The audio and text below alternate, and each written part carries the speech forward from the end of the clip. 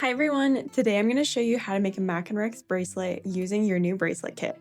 Let's get started. Your Mack and Rex bracelet kit will include a bead mat, pliers, wire cutters, elastic thread, beading needles, crimp beads, knot covers, and of course, your Tila beads. To get started, you'll need to measure your wrist to determine the size of the bracelet you're going to make.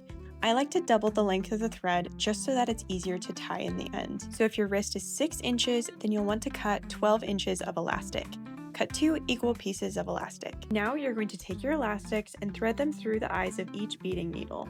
There's a tiny loop at the bottom of each needle that will prevent the thread from slipping out while you're making your bracelet, so be sure to pull it tight. Now, you can either use a crimp bead at the end of each piece of your elastic and squish it down to prevent the beads from falling off, or you can simply tie a knot in the end of the threads. Now we're at the fun part.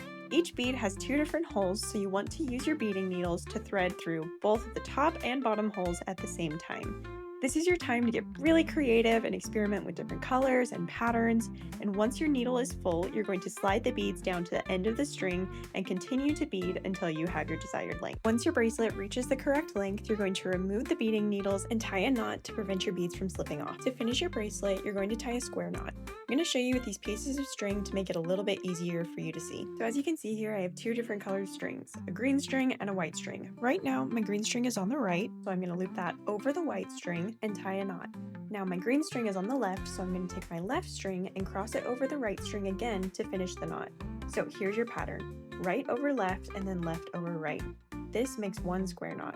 You'll want to tie 2 square knots and then pull it tight to finish your bracelet. This part can be tricky, but it helps to give yourself extra elastic to work with. Once you finish tying your knots, you are almost done. All you're going to do is separate your strings, grab your pliers, and crimp your knot cover bead right over where you put your knot, just to hold it in place. Make sure this is crimped nice and tight. Once your knot cover's in place, you can use your cutters to trim the excess thread, and you're done. Now you have a gorgeous Mack and Rex style Tila bead bracelet.